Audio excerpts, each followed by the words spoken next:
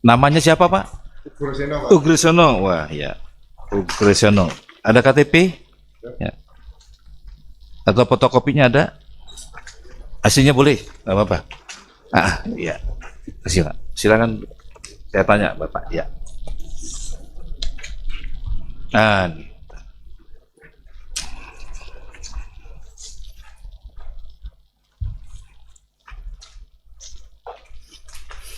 nama lengkapnya Pak? Ugrosono aja, Pak.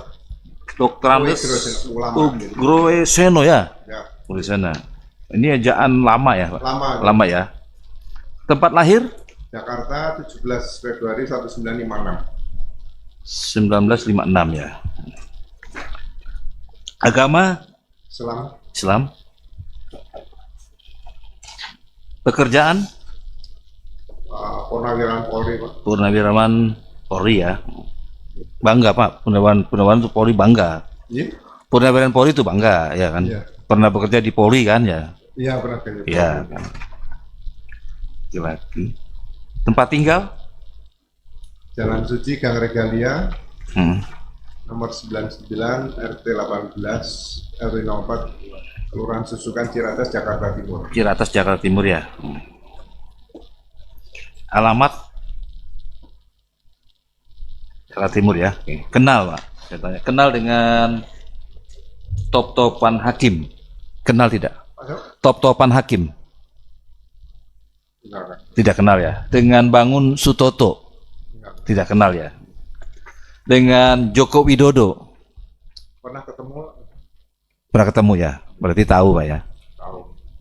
Dekat? Jauh? Kalau pernah ketemu hubungannya? Ya kalau bicara dipanggil sekali saja, itu enggak Kalau dipanggil sekali saja ya. Berarti tahu ya Pak. tahu.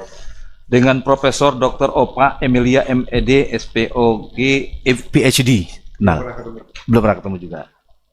Profesor dengan Dr. Wening Udasmoro Sama belum pernah ketemu. ketemu juga. Kalau kepolisian tahu ya. Ya. Universitas Gajah Mada tahu juga ya. Iya. Ada tanggapan dari tergugat 1 sampai dengan 4 dan tergugat 2, 3 dan turut tergugat? Tidak ada. Turut tergugat 4? Tidak ada. Turut tergugat? Tidak ada juga ya. Oke. Ya, disumpah dulu Pak ya. Sesuai dengan nama. Silakan berdiri.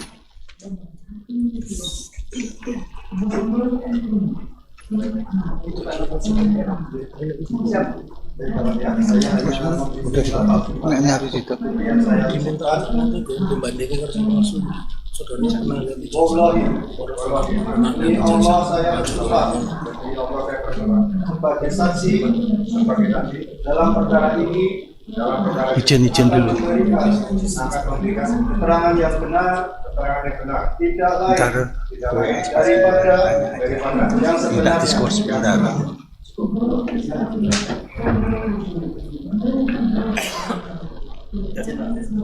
Mau kemana? Pilih ijazah tadi. asli. Nah, inilah bolak-balik kadang-kadang. Tadi nggak dibawa ya. Dibawa apa? Dibawa sama Oh, yang saksi. Bapak ini Sama ya. saksinya. Silakan. Kita tunggu ya. Kita skor dulu ya. Kamu jasa. Bapaknya tadi di situ kan di luar masih ya. Ini bapaknya masih di sini. Aduh. Nah. Mana yang tadi suruh masuk dulu? Kalau sudah saya buka nggak boleh masuk kembali ya. Nah, ada. Ya, kalau dicabut sidang lanjut kembali. Diterima aja. Saksi hadir di sini ya, mengerti hadir di sini tentang persoalan apa? Berkaitan dengan gugatan CLS dengan kaitan ijazah tadi. Gugatan CLS ya Pak ya, dengan terkait dengan ijazah ya. Siap. Ijazah siapa Pak? Ijazah Pak Jokowi. Ijazah Jokowi.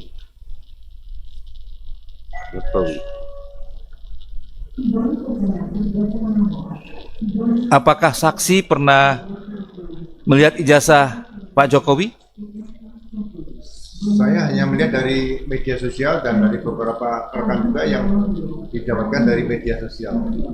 Melihat dari media sosial ya. Media sosial. Setelah dilihat di media sosial ya, saksi perhatikan ya, ada masalah apa dengan ijazahnya tadi? Ya, secara pintas dengan kasat mata saya, yang pertama foto. Foto apanya? Foto yang ada dalam ijazah itu hanya saya amati sendiri dengan mata saya, berbeda dengan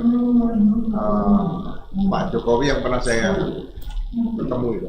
Berbeda ya, berbeda fotonya yang di ijazah, yang ada di media, berbeda dengan yang saudara lihat langsung orangnya, lihat orangnya ya. Fotonya bukan asli orangnya. Dengan orang aslinya kan ya, berbedanya. Berbedanya di mana? Ya, kita kan waktu pendidikan juga ada belajar tentang forensik, Pak. Tentang foto kehakiman, kemudian ada tulis kehakiman semua. Iya. Tanda tangan dalam dokumen itu kan juga kita pelajari juga. Itu berbedanya di situ ya. Setelah mempelajari waktu di pendidikan ada forensik ya, forensik dulu ada forensik apa itu? Tadi diktiloskopi ya kan ya. Jadi dulu namanya kan pendidikan diktiloskopi ya. Daktiloskopi kan ya. Iya kan? Belajar juga ya.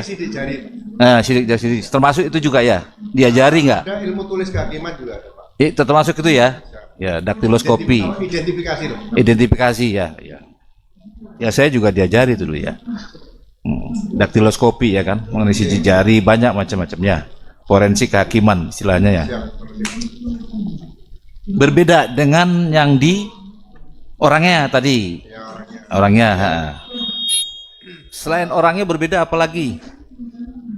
Ya saya hanya diskusi dengan Pak Roy Suryo, kita kemudian dengan Pak Rismon, Dr. Tivan, ketemu.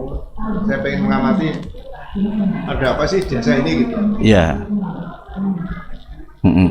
Setelah dilihat-lihat dibandingkan dengan yang di media, dengan orangnya, gimana? Ya, saya mengambil kesimpulan analisa saya,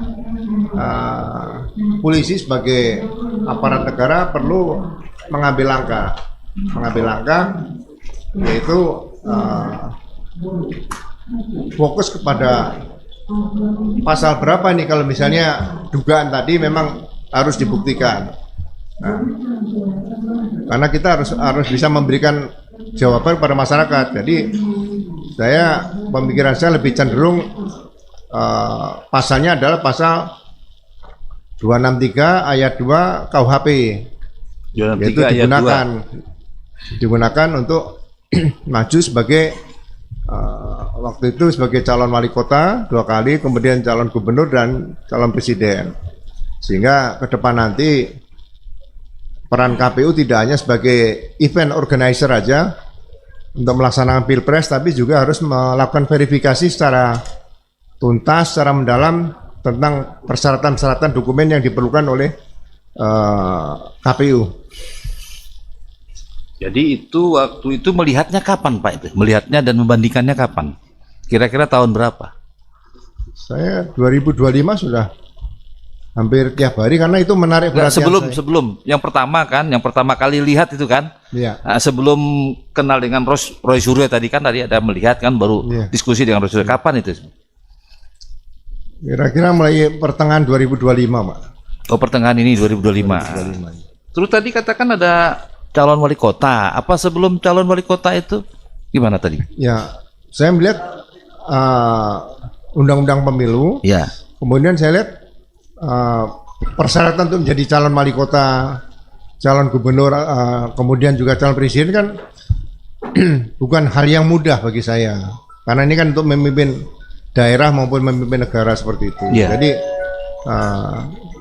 kejelian ketelitian itu harusnya ditunjukkan oleh KPU, seperti misalnya ada ke depan nanti dalam pemikiran saya apakah calon presiden atau kalau calon kepala daerah terlalu banyak misalnya, cukup peran lokal. Perlu dipampangkan di media cetak atau media elektronik yang ada seperti itu, sehingga masyarakat bisa memberikan penilaian dari awal sebelum terjadi masalah seperti sekarang ini kan berlarut-larut seperti itu.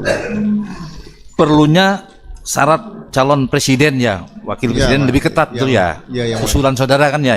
siap. Perlunya ya. Berarti adanya perubahan atau perbaikan undang-undang gitu ya. Atau aturan di bawahnya. Yang penting realisasinya. Jadi seperti contoh misalnya KPU. Ya. Kalau KPU menerima persyaratan untuk verifikasi itu kan harus membuat berita acara. Ya. Kemudian juga diumumkan. Ada nggak masukan-masukan dari publik dan sebagainya maju. Tapi diberikan batas waktu sehingga tidak terlalu lama. Misalnya 1 minggu menerima masukan dari beberapa pihak seperti itu. Selama ini ada KPU seperti itu.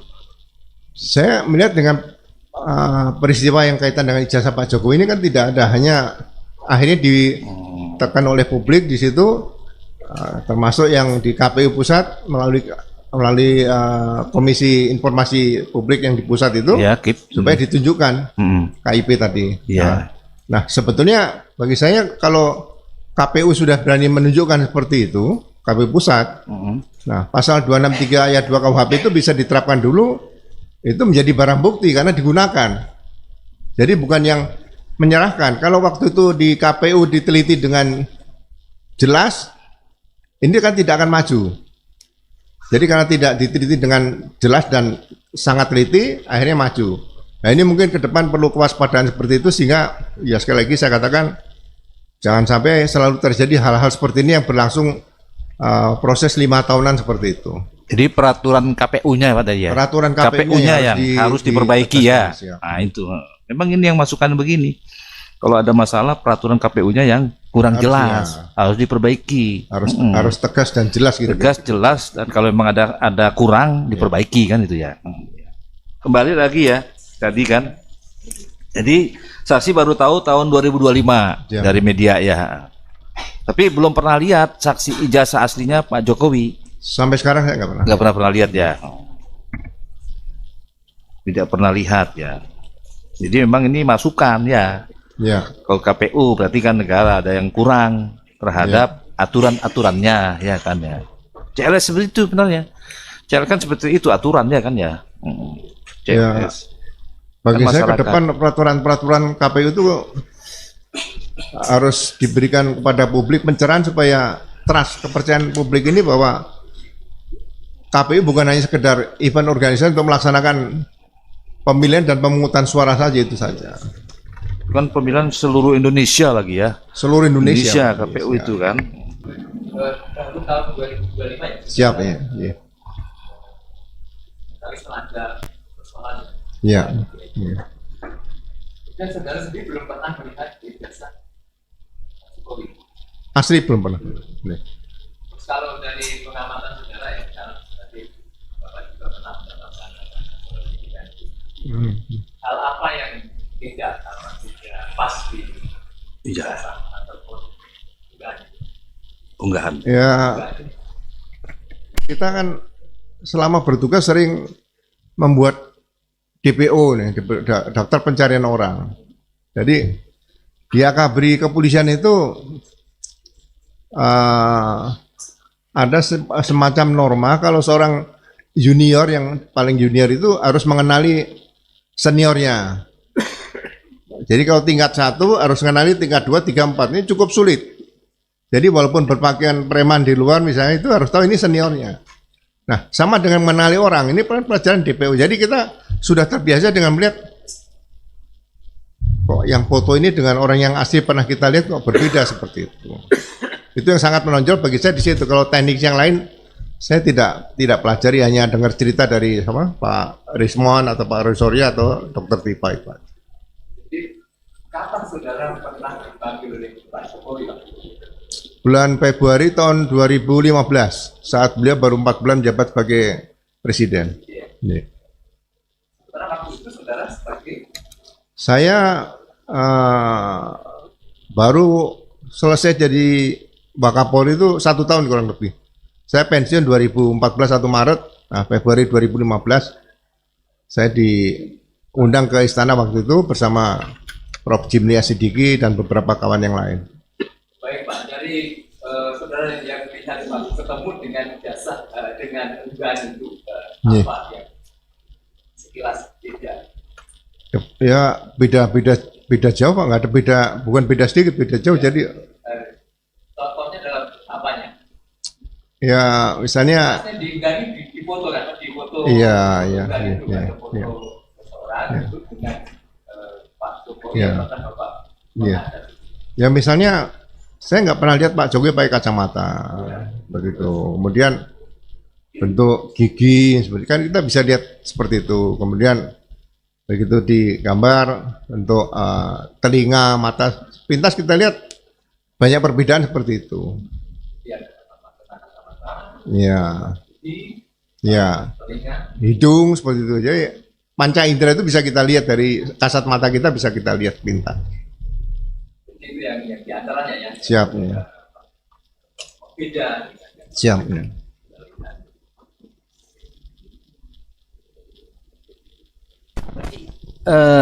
Pernah melaporkan atau saudara yang melapor tadi kan pasal 263 ngomongnya saksi kan, Ya. pernah melapor ke polisi? Belum, jadi saya diajak dialog dengan beberapa kawan-kawan, dengan Iya. Prof. Refli juga. Eh, Saya bilang ini coba fokus dulu aja, jangan dihadapkan kepada pemilik ijazah dulu Pak Jokowi, gitu loh. Jadi kalau orang punya ijazah, katakanlah tidak benar atau diduga palsu, kalau hanya disimpan sendiri ya mau dibesarkan di rumah pakai figura juga nggak ada masalah. Cuma kalau digunakan berarti kan ayat 2-nya masuk. Apalagi untuk misalnya calon presiden, ini lebih bagi saya ke depan negara kan tidak bisa dibuat main seperti itu. Jadi Yeah. saya lebih fokus kalau bisa pasal 263 ayat 2 saja gitu. yang dilaporkannya tadi. Yang harusnya dilaporkan seperti itu. Yeah. Jadi saya akan yang dilaporkan cukup komisioner-komisioner KPU baik yang di Solo, kemudian di Jakarta sama di pusat. Komisionernya dilaporkan. Siap. Ya, sudah. Saya dengar kemarin hari Minggu kemungkinan ada arah ke sana kemungkinan. Ada, tapi belum ya.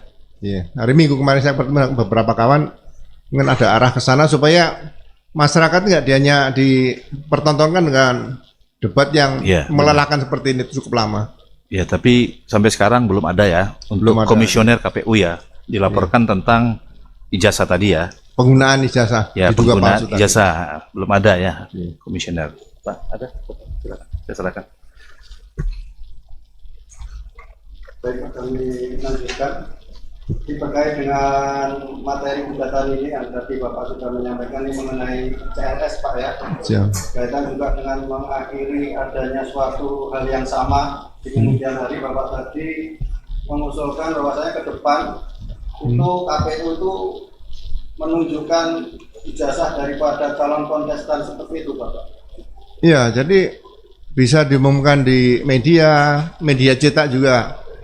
Bisa untuk khusus untuk pemilu kan ya cukup menarik, seperti penerimaan mahasiswa zaman dulu kan juga pakai media seperti itu, dan masyarakat akan ikut partisipasi untuk bisa melihat, oh ini kawan saya, ini om saya, ini kakak. Disitulah rasa memiliki seorang calon pimpinan negara ke depan itu harus dimunculkan dari situ. Jadi diketahui latar belakang pendidikan formalnya begitu Bapak ya. Ya semuanya, jadi benar-benar memilih seorang pemimpin itu ya bagi saya harus benar-benar pilihan baik lahir maupun batin seperti itu harus.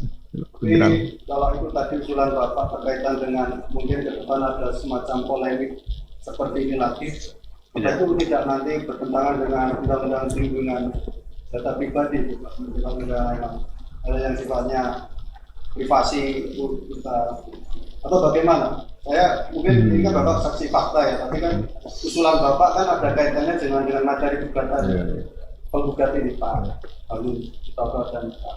Ya kalau risiko ingin menjadi pejabat publik ya data pribadi pasti ya akan diketahui seperti itu. Sebagai contoh saya ini untuk perbandingan saja. Jadi kasus meninggalnya Arya Daru, diplomat yang di kosnya itu Jakarta. Saya ngikuti juga karena pengacara yang saya kenal, akan dibuka masalah hal-hal yang mungkin sebetulnya itu membuka aib, tapi karena sudah meninggal pengen dilihat motif kematiannya apa, itu dibuka pada publik karena masalah seperti itu. Oke, jadi kalau itu memang berkaitan dengan adanya kepentingan yang lebih luas, Iya. mungkin hal yang semacam ini bisa dikesampingkan ya untuk Iya, khusus ya. luas begitu ya. Katanya mungkin seperti itu yang masukan Bapak. Dan kalau Bapak, mohon maaf, dari karirnya Bapak dari kalau mungkin dari TNI kan kecabangan, kalau Bapak Polri itu dari apa Bapak, latar belakang apa mungkin dari Serse atau dari Oh iya. apa mohon maaf Saya lebih banyak di bidang reserse. Serse ya? Ya, karena Sering berkaitan dengan bukti itu memang sudah bukti memang sudah tahu Bapak ya. Dan analisa kriminalnya atau analisa kriminalistiknya harus lebih jeli di situ kalau reserse seperti itu. Cuman kan menguntungkan Kalau kita Bapak banyak. pernah bertemu secara langsung dengan Bapak atau Presiden ke-7 tahun 2000 berapa? 15 ya. Seperti itu ya, dibandingkan dengan data yang ada di medsos. Siap, ya. Bukankah dalam apa namanya, ketika Polri mengambil alat bukti dan menilai alat bukti harus diambil dulu data dari data primernya. Bagaimana itu Pak kalau Bapak mengatakan semacam itu? Ya, Karena saya ini jasa kan masih ada di Polda. ya mohon maaf Pak yang mulia Pak Hakim. Jadi gini, kalau ijazah yang dipegang Pak Jokowi ini dibakar sama beliau sendiri, apakah dugaan tadi tidak berjalan? Karena sudah digunakan. Gitu. Jadi kalau ada di Polda sekarang ini seperti yang diberitakan di media, seperti yang pernah gelar perkara khusus kemarin, ini saya bertanya dalam hati seorang reserse, mantan reserse, ini barang atau barang bukti? Nah, kalau itu barang bukti berarti kan barang yang diduga hasil kejahatan sesuai dengan pasal kalau nggak salah 38 ya di KUHP itu tentang penyitaan tadi. Penyitaan. Nah, situ. Jadi ini harus dibedakan, ini dokumen ini barang atau barang bukti. Kalau ada di polisi berarti barang bukti lah.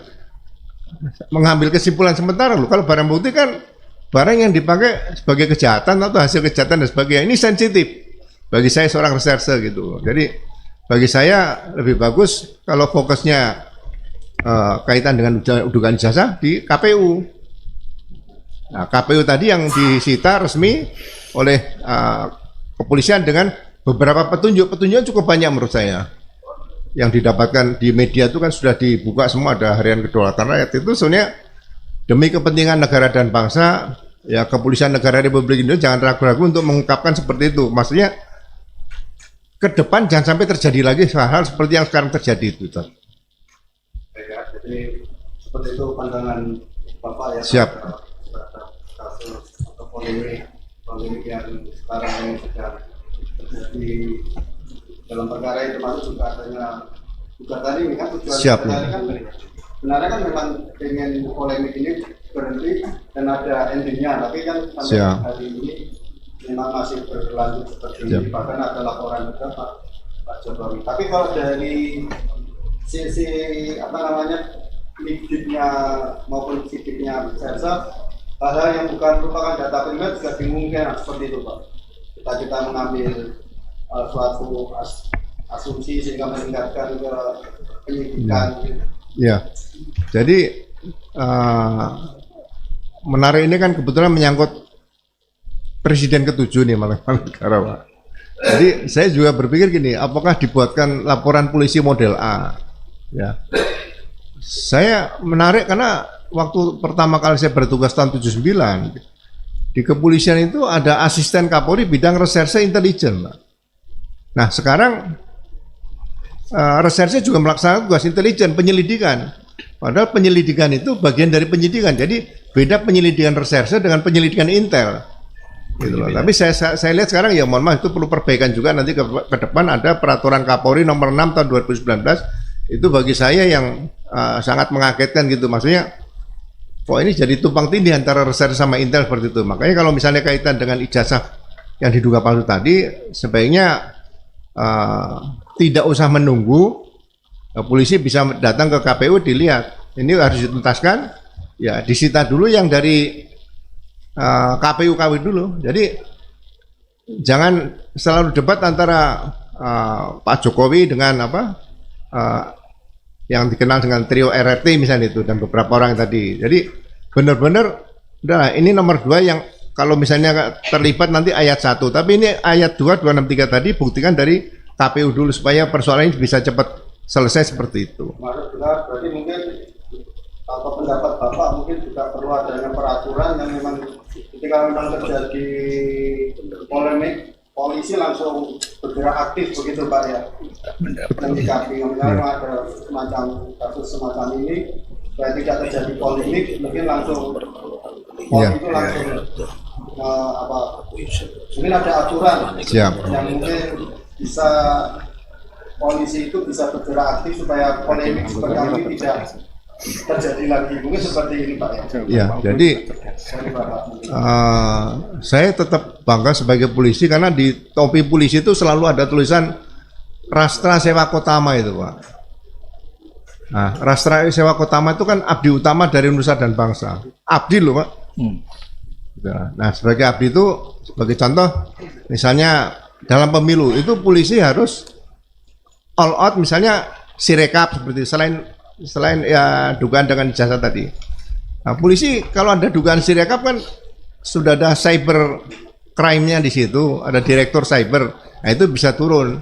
Tapi ada ketentuan-ketentuan untuk bagaimana mendatangi TKP berkaitan sirekap itu kan elektronik, jangan sampai mengganggu pesta demokrasi yang besar ini. Bagi saya tantangan Polri ke depan itu bukan hanya, ya mohon maaf Pak Hakim, kalau dulu kelihatannya kan copet itu kan bisa nangkep copet udah prestasi, tapi kalau bisa mengungkap kaitan dengan masalah cyber ini kan luar biasa seperti itu. Jadi mudah-mudahan 2029 nanti situasinya tidak seperti 2024 atau sebelumnya lah.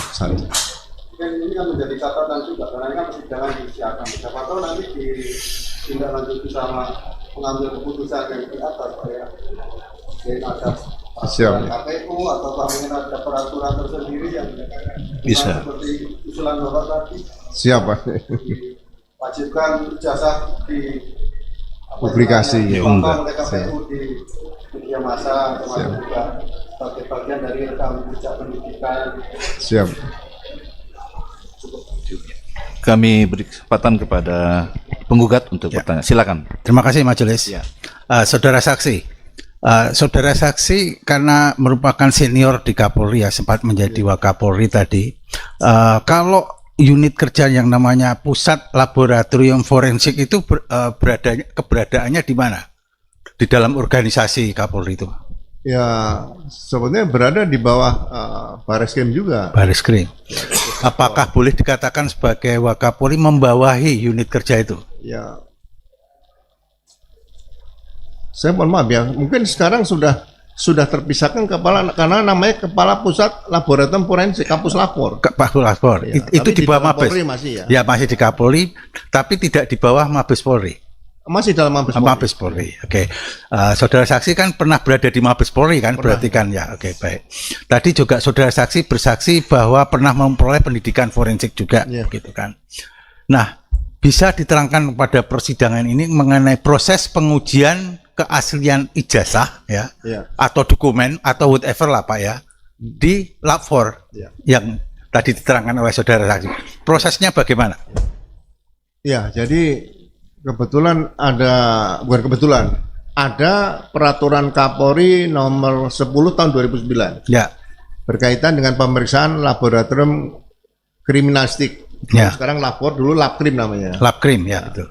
Jadi memang tidak mudah untuk menggunakan pemeriksaan laboratorium forensik atau Labkrim tadi. Jadi semua itu harus diawali dengan laporan polisi.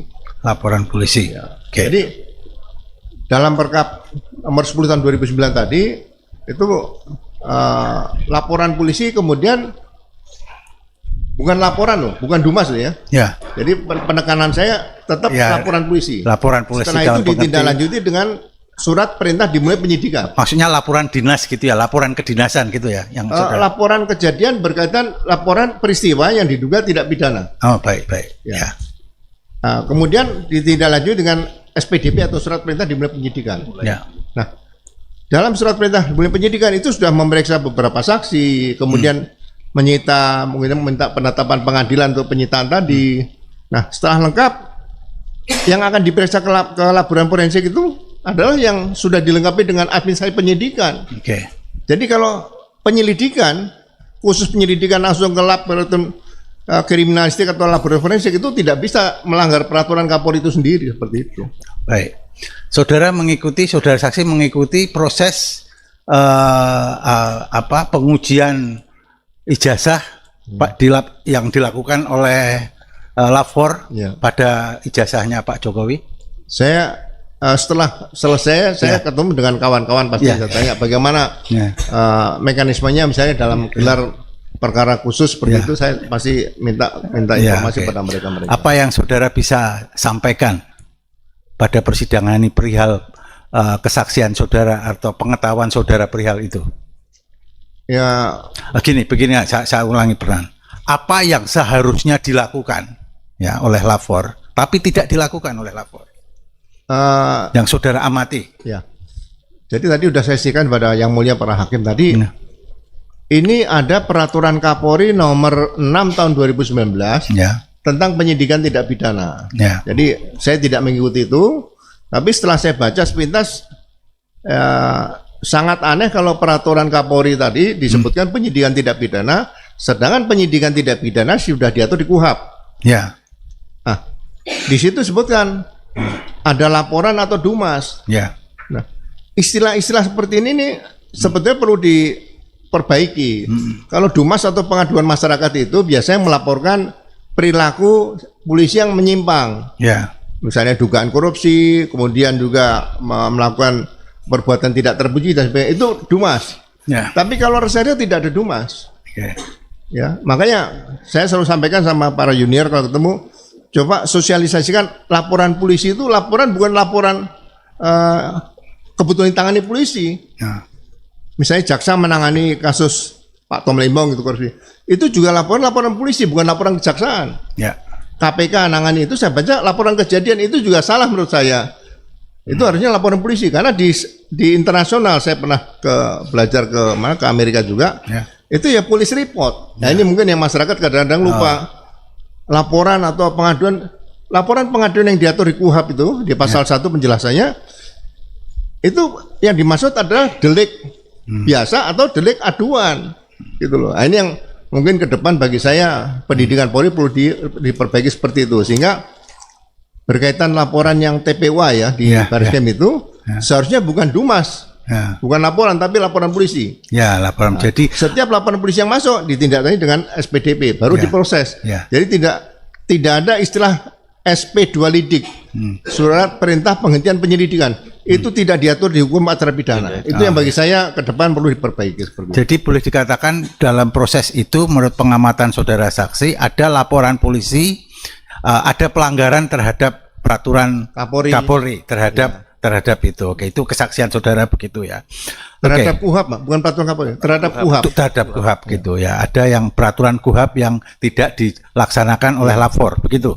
Oke. Oleh penyidik. Ya. Nah, Baris Krim. kalau hubungannya dengan lapor, saudara saksi, dengan lapor kan keluar dengan kesimpulan identik dan tidak identik. Dalam kasus ini adalah identik. Itu bagaimana maksudnya? Lapor harus menolak kalau administrasi penyidikan tidak tepat. Oh, seharusnya ditolak ya. Karena yang kedua, pengertian identik itu bagi saya hanya tanda tangan identik. Oh ya. Kalau dokumen misalnya ijazah, sertifikat itu ya asli atau palsu. Oh, kalau identik tidak dikenal dalam lapor. Nggak ada. Kalau uang ya asli palsu, tidak ada uang identik. Oh ya, oke, baik. Seperti itu. Nah, ini mungkin yang perlu selalu sampaikan kepada publik seperti itu. Oke. Baik, saudara saksi, ini agak berbeda pertanyaan saya adalah ketika saudara saksi menjabat sebagai pejabat di Kapolri itu pernah ada nggak semacam tekanan bersifat politik gitu untuk saudara melakukan di luar yang saudara yakini harus dilakukan? Pernah nggak memperoleh tekanan seperti itu? Ya, saya belajar pembentukan polisi di Magelang 1 tahun. Ya. Ya kan? Bagaimana sejarah perjalanan bangsa. Kemudian 3 tahun di Sukabumi. Ya. Jadi pertanggung jawab polisi itu harusnya kepada hukum, bukan pada atasan. Nah, ya oke. Itu yang harusnya sampaikan. Jadi saya pernah berbeda pendapat dengan pimpinan, dan saya juga paling senang berbeda pendapat. Ya. Dengan anak buah juga sering berbeda pendapat. Jadi polisi itu harus sering berbeda pendapat. Ya. Karena untuk mendapatkan yang benar-benar hakiki itu kan sulit. Ya. Saya mungkin pangkat bintang 3, tapi ada seorang kombes yang pintar, mungkin saya perlu belajar ilmu dari situ. Nah, hal-hal seperti ini kalau misalnya itu bertentangan dengan hukum, ya sampaikan dengan cara baik-baik. Ya. Mohon izin, Jenderal, ini tidak bisa kami laksanakan karena ini melanggar hukum acara pidana seperti itu. Jadi jawabnya secara singkat, pernah ya saudara memperoleh tekanan itu dari baik dari pimpinan maupun dari yang selevel, pernah mendapatkan tekanan? Ya, pernah lebih dari sekali itu aja. Oke, pernah dari sekali. Sehubungan dengan itu, bagaimana kesaksian saudara mengenai keadaan sekarang? Apakah Polri mendapatkan tekanan atau tidak? Saya belum Khususnya melihat. dalam kasus ijazah ini. Kalau saya harus melihat begini, ya saya ingin polisi kembali kepada polisi negara Republik Indonesia. Cukup saksi. Jawaban itu sudah cukup Ya, bagi itu kami. aja. Oke, saudara saksi, boleh saya perlihatkan karena saudara juga pernah belajar forensik kan ya saudara. Boleh izin yang majelis? Silakan, Kami silakan. hormati. Silakan dari apa juga? Dari tergugat. Saudara Tergugat, saksi silakan. kan sudah melihat di medsos dua macam. Silakan, Pak. Silakan. Dua macam dokumen ini ya. Ya, nah. Terus kemudian tadi di persidangan juga diperlihatkan ijazah.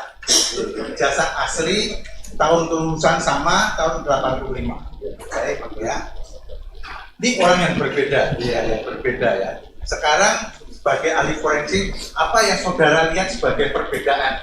Ya, perbedaan. Ya, bisa dibalik. Udah lihat dulu, Pak. Lihat dulu, Bapak. Belum lihat dulu, nanti lihat dulu Bapaknya. Kalau belum lihat, saksi belum lihat. Boleh. Pegang aja. Kacau. Kalau sudah lihat, duduk nggak apa-apa. Kalau sudah lihat, duduk aja. Lihat. Silakan.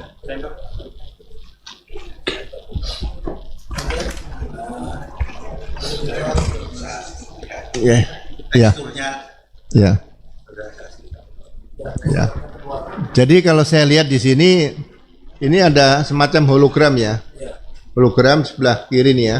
Nah, ya, hologram. Kemudian materai yang tadi saya lihat kan 100 Ruh, tapi di sini 500 ya. Tahun sama ya.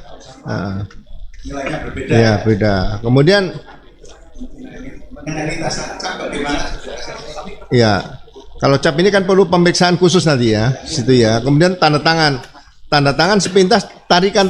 Jadi tanda tangan itu dilihat identik atau tidak. Ya. Itu dilihat dari beberapa titik-titik tertentu, tarikan-tarikan itu berbeda seperti Ya. itu. Sehingga ini baru petunjuknya. Ya, betul. Alat bukti nomor 4 kan petunjuk tadi. Ya. Nah, ini bisa menjadi suatu saat kalau memang dilakukan penyidikan ya, ini menjadi barang bukti yang dari KPU tadi Ya. untuk diperiksa dengan yang ini, Oke. yang asli tadi. Ya. Itu untuk pembanding seperti itu saja. Oke, baik. Itu saja ya. Oke, baik. Terima kasih. Nanti akan dilanjutkan oleh kawan-kawan. Ada pertanyaan lagi. Tadi Iya. saudara saksi meminta izin kepada yang terhormat majelis hakim apa boleh dipegang. Iya. Ya, dalam suatu gelar perkara ya juga ada larangan tidak boleh memegang ya. Itu bagaimana pengamatan saudara saksi? Ya, Kok tidak boleh memegang? Tunjukkan nggak boleh pegang. jadi sama dengan kalau ada kejadian di TKP, Ya. seharusnya ya saya sering studi ke Arizona dulu. Ya. Itu polisi itu kemana-mana membawa sarung tangan karet yang tipis. Ya. Gitu loh. Jadi pada saat gelar kalau memang ingin memegang, sebetulnya kalau dipegang dengan sarung tangan yang karet yang tipis tadi bagi saya nggak ada masalah. Oh, Ya, jadi sebetulnya boleh asalkan pakai sarung tangan, misalnya begitu. Iya, waktu di Amerika tuh mobil yang kita tumpangi dibongkar sama anak-anak muda, Ya. kemudian barang-barang kita ada di dalam. Tapi kita tanya polisi, boleh nggak kita mengambil barang kita? Nah, kita bisa ngambil, tapi oleh polisi diberikan sarung tangan. Oh, Membuka pintu itu bisa, tapi Oke. difoto, di video sama polisi itu. Nah, kita ngambil barang-barang kita nggak ada masalah. Akan dilanjutkan oleh Silakan ya.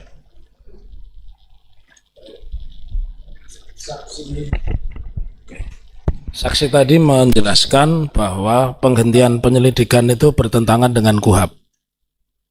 Pertanyaan saya selanjutnya, menurut saksi, kalau begitu apa yang harus dilakukan penyelidik ketika alat bukti belum ditemukan?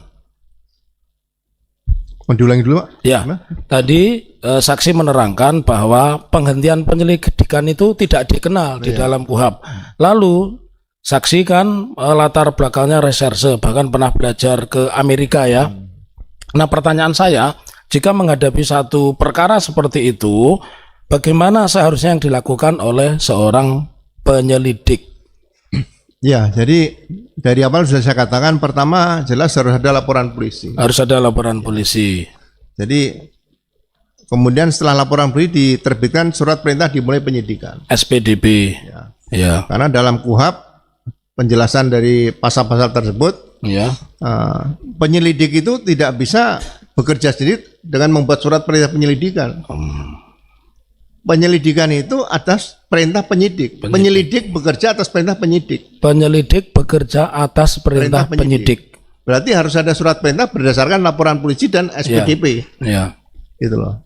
Jadi kalau dikeluarkan surat perintah penyelidikan kemudian diperiksa lapor, Ya. kemudian dihentikan SP2 lidik, Ya. penyelidikan itu pekerjaan sepanjang masa, nggak bisa berhenti. Terima. Jadi pengertian Nah, kalau penyelidikan. intelijen itu Ya. bangun tidur melihat batu di tengah jalan, bikin laporan penyelidikan, nggak ada masalah. Penyelidikan. Ya. Mungkin ada yang masang mau mengadakan apa namanya begal dan sebagainya. Iya, iya. Itu intel. Tapi kalau reserse harus ada laporan polisi, bukan dumas, bukan laporan biasa. Gitu aja. Pertanyaan selanjutnya, bisa tidak di dalam penyelidikan itu mengadakan penyitaan barang bukti begitu? Penyelidikan. Penyelidikan tidak bisa melakukan penyitaan. Penyelidikan tidak bisa melakukan. Karena penyitaan itu harus minta penetapan pengadilan. Ya. Pengadilan menerbitkan penetapan pengadilan harus ada laporan polisi, Laporan polisi, harus ada surat perintah dimulai ya. penyidikan, terus ada berita acara penyidikan. Itu tidak hal yang mudah, bukan asal ngambil kemudian disita, bukan. Ya. Tadi ditanya rekan kami dan oleh majelis hakim, saksi menerangkan mengikuti perkembangan tentang ijazah. Apakah saksi mengikuti berita bahwa Direktur Badan Reserse Kriminal Mabes Polri, Dirtirpidumnya pada saat itu Brigadir Jenderal Polisi Juhamdani melakukan penyitaan ijazah itu, saksi mendengar ya, mendengar ya. Menurut saksi, pengalaman yang begitu panjang sebagai reserse dan khususnya penyidik, apakah itu dibenarkan? Ya, tadi saya jelaskan kepada Yang Mulia Hakim Kepala Hakim tadi, kalau itu disita menjadi barang bukti, berarti itu barang hasil kejahatan. Barang hasil kejahatan. Secara tersurat dan tersirat seperti itu seharusnya. Ya, begitu ya. Baik. Saya kepada fisik tadi di awal, saksi menjelaskan kepada majelis hakim pernah melihat ijazah itu di platform Twitter atau X Dian Sandi. Ya. Pernah. Saya ingin lihatkan apakah foto di dalam ijazah Dian Sandi tadi juga seperti ini. Mohon maaf. P28.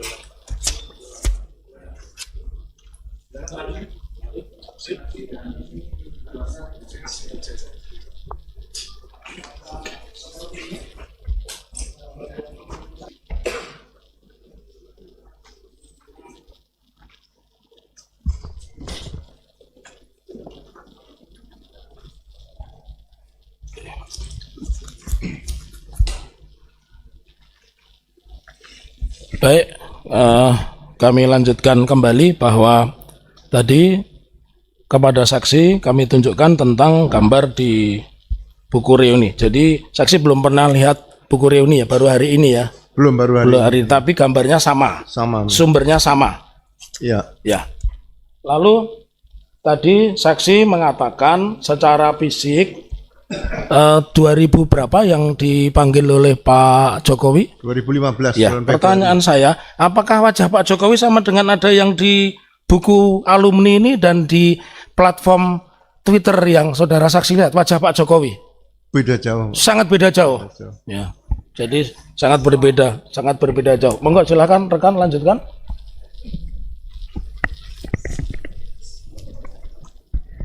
Izin Jenderal. Selanjutnya kami panggil saksi.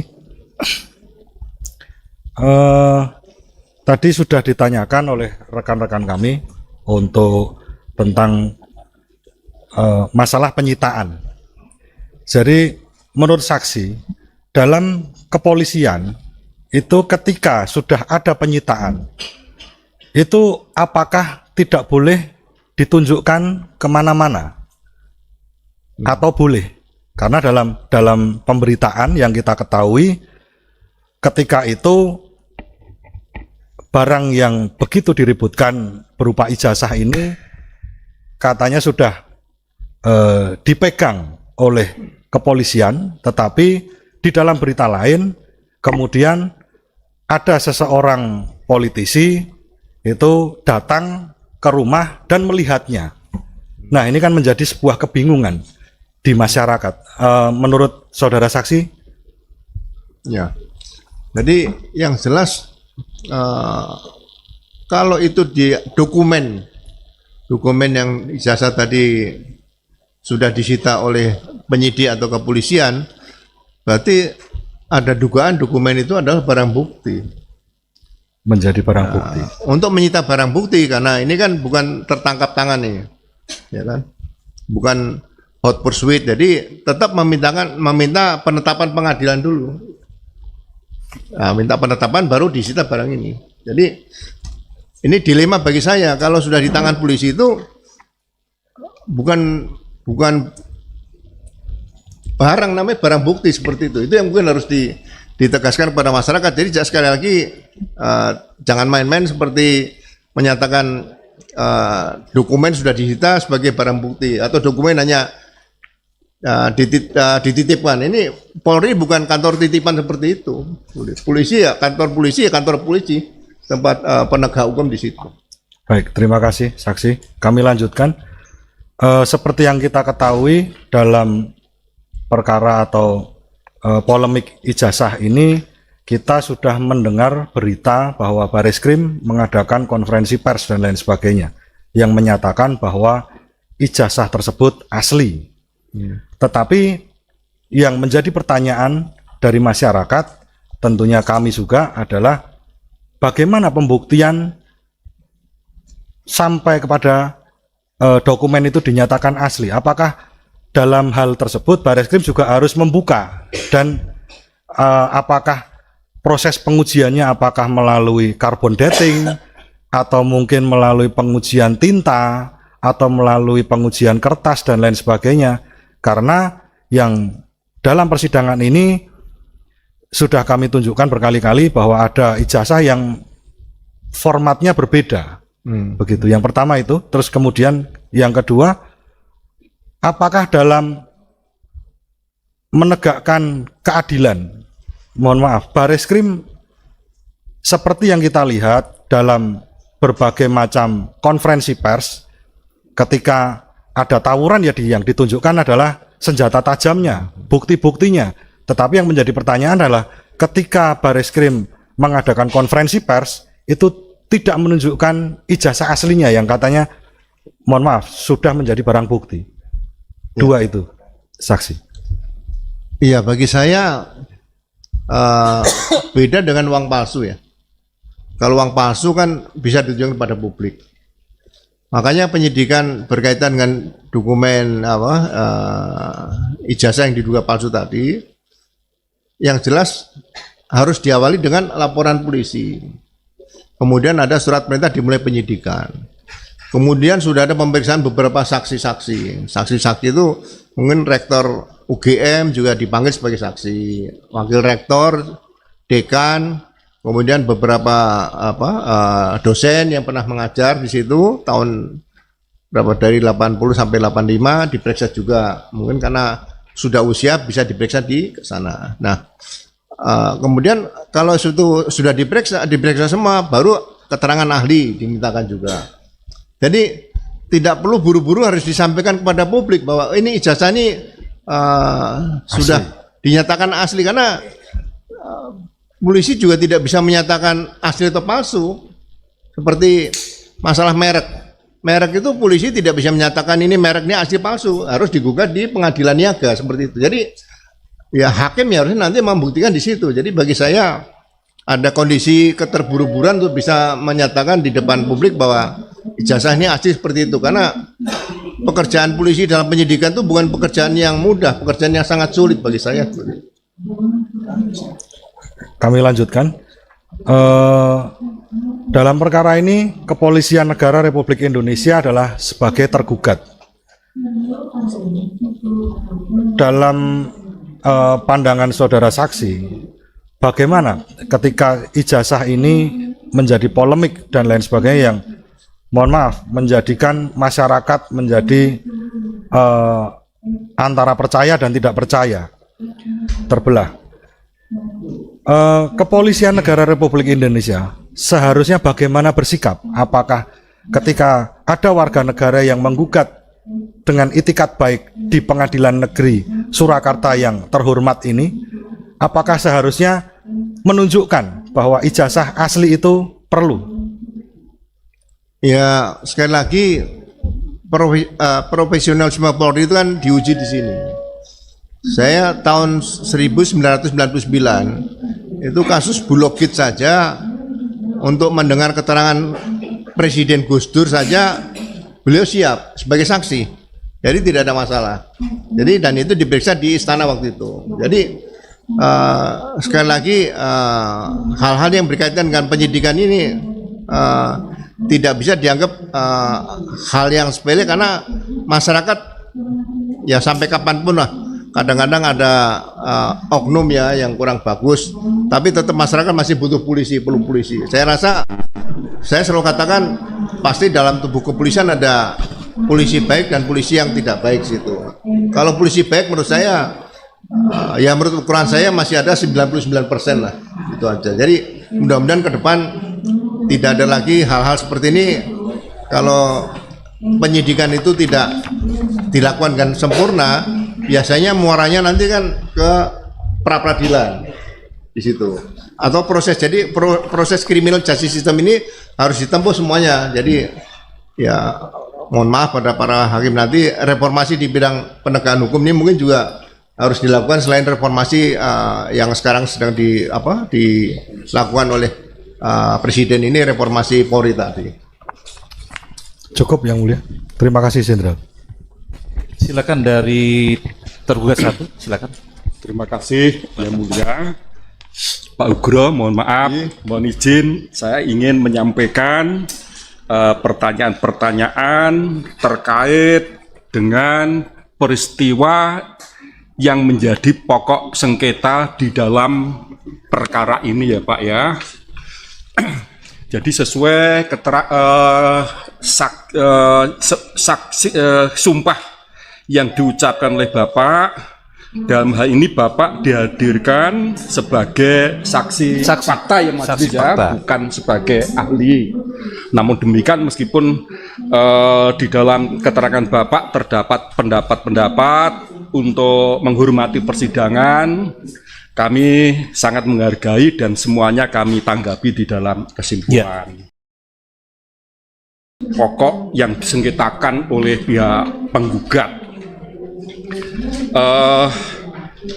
Bapak apakah mengetahui terkait dengan pokok yang peristiwa yang disengketakan dalam perkara ini tentang apa secara pasti? Bapak apakah mengetahui Bapak? Ya, saya diberitahu sama Pak Taufik tentang ada gugatan CLS tadi, berkaitan dengan ijazah yang diduga palsu Pak milik Pak Jokowi itu. Jadi gugatan CLS itu gugatan yang diajukan oleh warga negara kepada penyelenggara negara ya Pak ya. Yang Bapak ketahui, apakah Pak Jokowi setelah tidak lagi menjabat sebagai presiden, meskipun dalam nomenklatur disebut Presiden ke-7 RI, dapat disebut sebagai pejabat Bapak atau penyelenggara negara begitu. Ini kaitannya dengan CLS soalnya Bapak. Ya, ini yang menarik ini kan ada proses yang dilakukan oleh penyelenggara negara tadi Pak. Kayaknya saya lebih bagus. Penyelenggara negara itu kaitan dengan ijazah diduga palsu ini adalah KPU tadi yang perlu diproses lebih awal. Pertanyaannya saya ulang Bapak. Pada saat ini atau pada saat gugatan ini diajukan dengan tidak lagi menjabat sebagai presiden, apakah Pak Jokowi juga dapat disebut sebagai pejabat publik atau penyelenggara negara begitu? Saya rasa mungkin kalau disampaikan ke saya tidak bisa jawab itu. Baik, ya. Karena saya kembalikan pada yang mulia Pak. Baik, terima kasih. Untuk selanjutnya, terkait dengan peristiwa yang disengketakan oleh pihak penggugat, ini kan ada pihak-pihak yang ditarik sebagai subjek tergugat. Yang pertama adalah Pak Jokowi sendiri sebagai tergugat 1. Pak Jokowi ini ditarik sebagai pihak oleh karena sikapnya, oleh karena perbuatannya menolak atas permintaan TPUA untuk memperlihatkan ijazah. Yang ingin saya tanyakan, Bapak mengetahui apa itu TPUA, Bapak? Setidak-tidaknya di dalam TPUA itu bagaimana mengenai susunan kepengurusannya? Apakah Bapak pernah memperhatikan anggaran dasar atau akta daripada organisasi tersebut, Bapak? Saya belum pernah komunikasi dengan TPUA, cuma saya tahunya TPUA itu adalah singkatan dari tim pembela ulama dan aktivis. Tapi Bapak secara pasti tidak mengetahui apakah TPUA tersebut terdapat anggaran dasar atau tidak dan telah disahkan oleh Menteri Hukum atau belum, nggak tahu ya Pak ya. Termasuk maksud dan tujuan dan kegiatan usaha untuk mencapai tujuan Bapak mengetahui Bapak? TPUA? Iya. Saya hanya kenal dengan beberapa pribadi, saya tidak mendalami tentang organisasi TPUA. Tentang TPUA itu sendiri, maksud dan tujuannya apa, begitu juga langkah atau kegiatan untuk mewujudkan usaha itu seperti apa, Bapak tidak mengetahui. Terima kasih. Kemudian selanjutnya Bapak, selain gugatan itu ditujukan kepada Pak Jokowi oleh karena tindakannya tidak berkenan memperlihatkan ijazahnya berupa hard copy kepada TPUA, ini digugat pula pihak Wakil Rektor Bidang Dikjar, juga Rektor. Oleh karena Rektor maupun Wakil Rektor waktu itu melalui konferensi pers, dia menyatakan Bapak Jokowi adalah sebagai alumni UGM yang tercatat sebagai mahasiswa angkatan 80 dan telah lulus tahun 85 oleh karena memenuhi ketentuan akademik yang dipersyaratkan. Bapak mengetahui hal itu? Saya mendengar. Mendengar Bapak ya, mendengar. Lantas dengan adanya sikap UGM yang menyatakan bahwa Pak Jokowi sebagai alumni UGM ini dianggap tidak mendukung terhadap hasil penelitian Pak Roy Suryo, kemudian Dr. Tifa juga oleh Rismond. Bapak mengetahui juga hal itu, Bapak?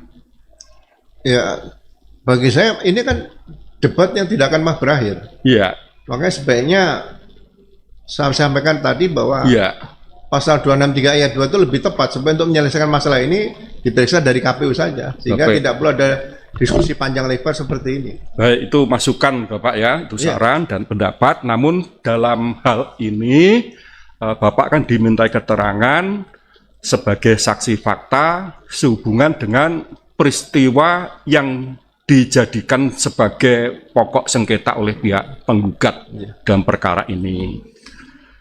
Kemudian ada juga tergugatnya adalah Polri, Kepolisian Negara RI. Nah, mengapa Polri digugat? Ini terkait dengan tindakan yang dilakukan telah menghentikan penyelidikan atas laporan yang disampaikan oleh Bapak IG Sujono ya di Mabes Polri. Lantas di mana letak kesalahan Kapolri yang Bapak ketahui untuk menghentikan penyelidikan terkait dengan laporan yang disampaikan atau pengaduan yang disampaikan oleh Egy Sujana ini, Bapak? Ya, saya selama di Polri dulu sampai reformasi dulu, Polri serambi depan selalu dipimpin oleh perwira samapta. Baik. Ya kan? Perwira samapta ini seorang perwira berpangkat letnan 2 bisa, letnan 1 bisa, Ya. kapten waktu itu. Kalau sekarang Ibda itu AKP. Ya. Nah, dia sudah punya kemampuan untuk menilai perkara ini pidana atau perdata, Ya. atau 50-50 bisa. Nah, setelah diterima laporan polisi menjadi LP, bukan Dumas. Ya. Itu LP, laporan polisi. Nah, laporan polisi itu akan disortir oleh reserse. Kalau pidana lanjut, kalau dugaan masih ada perdata, misalnya 50-50, akan dilakukan setelah diterbitkan surat perintah dimulai penyidikan, dilakukan tambahan penyelidikan. Penyelidikan ini tidak menyentuh pada objek. Makanya ada polisi yang gondrong, Pak, itu. Ya. Yang nyamar loh ya. Seperti itu. Nah, kalau misalnya itu nanti ternyata tidak ada pidananya, polisi punya kewenangan luar biasa oleh hukum acara pidana untuk memberikan kepastian hukum, terbitkan SP3, surat perintah penghentian penyidikan. Itu Karya Agung KUHAP itu sudah memberikan kewenangan luar biasa pada Polri. Nah, SP3 ini walaupun saya katakan belum 100% dapat kepastian hukum, itu masih bisa digugat pra peradilan. Jadi tidak ada namanya zaman dulu SP2 lidik kemudian ada penyelidikan sendiri. Sehingga saya melihat Perkap nomor 6 tahun 2009 itu membingungkan bagi saya suatu saat. Ini kasihan generasi muda Polri ke depan nanti. Bagi Bapak ya maksudnya, karena Perkap itu sendiri dibuatkan dalam rangka untuk melaksanakan hal-hal yang lebih teknis sebagaimana Seharusnya. diatur di dalam UHAP dan di dalam Undang-Undang tentang pembentukan peraturan perundangan, Undang-Undang nomor 12 tahun 2011, itu pun diatur di dalam pasal 7 yang pada pokoknya bahwa peraturan yang dibuat oleh pejabat atas perintah peraturan yang lebih tinggi itu pun mengikatkan demikian, Bapak. Baik. Tapi peraturan Perkap itu jangan sampai bertentangan dengan induknya atau dasarnya, yaitu KUHAP, Pak. Betul, Bapak. Jadi itu hal yang teknis ya. Namun Iya. demikian nanti biar dijelaskan oleh ahli jika penggugat menghadirkan atau dari pihak tergugat. Demikian, Bapak J. Oke. Lantas apakah Bapak mengetahui tentang apa sebetulnya yang menjadi tuntutan bagi penggugat dalam perkara ini atau hal-hal yang dimohon untuk diputus oleh majelis hakim? Bapak mengetahui? Ya, saya tidak bisa mendahului yang mulia Pak Hakim, Pak. Maksudnya oleh penggugat ini karena mengajukan gugatan selain terdapat adanya peristiwa yang disengketakan, terdapat pula adanya hal yang dimohon kepada majelis supaya diputuskan demikian. Ya. Apakah Bapak mengetahui hal itu? Sekali lagi saya tidak berani mendahului apa yang akan diputuskan majelis hakim nanti, Pak. Betul, ini belum diputus, Bapak. Ini sebatas yang dimohon. Lazimnya di dalam hukum acara itu dikenal istilahnya petitum. Nah, jadi apa yang dimohon oleh pihak penggugat, Bapak mengetahui? Saya tidak berani terjebak dalam jawaban seperti ini, Baik. karena ini adalah kewenangan para hakim nanti. Baik, terima kasih Bapak. Saya tidak bisa untuk memaksakan Bapak memberi jawaban terkait dengan pertanyaan tersebut. Jadi Bapak tidak bersedia untuk memberikan suatu jawaban atas pertanyaan terkait dengan tuntutan yang diajukan oleh pihak penggugat demikian. Kemudian Bapak, oleh karena terdapat adanya salah satu posita yang diuraikan oleh penggugat juga menjadi pokok sengketa dalam perkara ini, adanya laporan yang disampaikan oleh tergugat satu, yaitu Pak Joko Widodo di Polda Metro, yang pada akhirnya setelah dilakukan penyidikan, ditingkatkan penyidikan, dan setelah ditingkat penyidikan ditetapkan tersangka. Pertanyaan saya, apakah Bapak mengetahui tentang prosedur yang selama ini dilakukan oleh penyidik Polri pada Polda Metro Jaya, Bapak? Khususnya mengenai penyidikan terhadap laporan Pak Jokowi mengenai dugaan tindak pidana fitnah yang dilakukan oleh Pak Egy Sujana dan kawan-kawan. Apakah Bapak mengetahui prosedur yang dilakukan oleh penyidik Polda Metro yang menangani perkara tersebut, Bapak? Ya, saya mengikuti karena yang dilaporkan pertama kali saya lihat kan pasalnya 310 sama 311 KUHP. Ya, Berarti kan itu delik aduan. mengikuti dalam pemberitaan Bapak ya. Ya. Baik. Kemudian ya saya juga jumpa sama mereka-mereka kan sering ngobrol kita kan. Nah, Baik. saya melihat di sini semua kaitannya kan dengan dugaan ijazah palsu. Baik. Jadi bukan penistaan yang tidak ada sebab akibat. Nah, seharusnya Ya. demi kepentingan negara dan bangsa ya persoalan pokoknya diselesaikan dulu, baru nanti persoalan Ya. selanjutnya. Kalau ini tidak dilaksanakan secara tuntas dari persoalan pokoknya, ya ini akan berlangsung bertahun-tahun seperti ini. Ya. Akan tapi terkait dengan jawaban yang telah disampaikan Bapak, apa yang dilaporkan oleh Pak Jokowi ini kan berawal dari laporan yang disampaikan oleh Egy Sujana dan kawan-kawan dalam kapasitas sebagai ketua TPUA di Mabes Polri. Nah, oleh karena berdasarkan hasil penyelidikan yang dilakukan oleh penyidik dan atau penyidik Polri, ya tidak ditemukan adanya unsur pidana, maka itu dihentikan. Lantas, apa yang salah yang dilakukan oleh penyidik atau penyidik terkait dengan penghentian penyelidikan atas laporan yang disampaikan oleh Egy Sujana di Mabes Polri, oleh karena dalam hasil penyelidikan tersebut tidak terdapat adanya unsur pidananya. Jangan pendapat, silakan fakta saja, Saksi. Ya. Silakan faktanya saja. Ya, Jangan faktanya pendapat. aja, Bapak. Jangan pendapat ya. LP-nya tidak ada. Laporan polisinya tidak ada. Laporan polisi tidak ada. Tidak ada. Oleh Hanya karena- Dumas. Dumas. Ya. Karena merujuk pada Perkap nomor 1 tahun 2019 itu Bapak ya. Perkap Baik. nomor 6. Nomor 6 tahun 2019. Ya. Baik. 2019 apa 2009? 2019. 2019 ya. Ya. Nah, Ya. karena laporan polisi tidak ada, Ya. surat perintah dimulai penyidikan tidak ada. Ya. Oke, sementara Tapi cukup saya koreksi tadi yang dimaksud penyelidik ya, bukan penyelidikan. Karena di Mabes Polri terkait dengan pengaduan yang disampaikan oleh Egy Sujana dan kawan-kawan, ini masih dalam tahap penyelidikan. Karena sesuai Perkap nomor 6 tahun 2019 itu, yang dimaksud pengaduan ternyata tidak sebatas perkara pidana yang masuk dalam delik aduan sebagaimana di dalam hukum pidana material, tapi tahap awal pengaduan, nanti setelah klarifikasi, penyelidikan, sekiranya terdapat adanya unsur pidananya, baru dilakukan, mereka diminta untuk LP penyidikan seperti itu. Mekanisme yang selama ini ada pasca diterbitkannya Perkap nomor 6 tahun 19. Tapi SP2 penyelidikan tadi fakta-faktanya apa?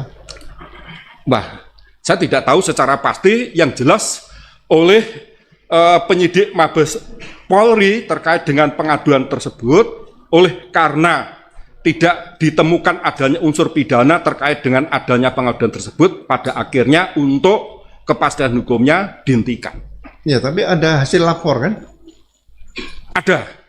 Hasil lapor tidak bisa dalam penyelidikan. Nah, maka ini saya sampaikan kepada saudara saksi, terlepas tanggapan saksi seperti apa, tetapi faktanya memang demikian. Ya, semuanya kan penegakan hukum dalam rangka kepastian hukum. Baik, jadi ini yang ada di sana. Terkait dengan pertanyaan yang ingin saya sampaikan kepada saksi Pak Hugroseno, cukup yang mulia. Cukup ya. Terima kasih Pak Hugro. Ya, cukup. Selanjutnya tergugat 2, 3 dan turut tergugat silakan. Yang sudah ditanya jangan ditanya kembali. Ya. Untuk tergugat 2, 3 dan turut tergugat kami akan menanggapi di kesimpulan saja Ya, kesimpulan ya. Selanjutnya tergugat 4 ya. Izin Yang Mulia, kami juga tidak ada pertanyaan. Nanti Ya. akan kami sampaikan di Ya. kesimpulan. Terima Ya, kasih. di kesimpulan ya. Nanti keberatannya masing-masing di kesimpulannya. Saya rasa demikian ya, Pak Ugresono ya. Kuroseno, Pak. Ugresono ya. Seno, Pak. Seno ya. Oh iya itu. Makanya saya biar diprotes biar Bapak yang tahu namanya sendiri kan ya. Lah, ya. Terima kasih banyak Pak ya. Telah hadir di persidangan jauh-jauh dari Jakarta ya. Siap, Pak. Ya memang begitu Pak. Kalau menegakkan keadilan tuh dari manapun harus adil. Karena orangnya sendiri yang harus menegakkan, nggak bukan orang lain. Ya itu ya. Bapak yang diundang sebagai saksi hadir. Terima kasih. Ya boleh kembali ke belakang silakan. Ya silakan.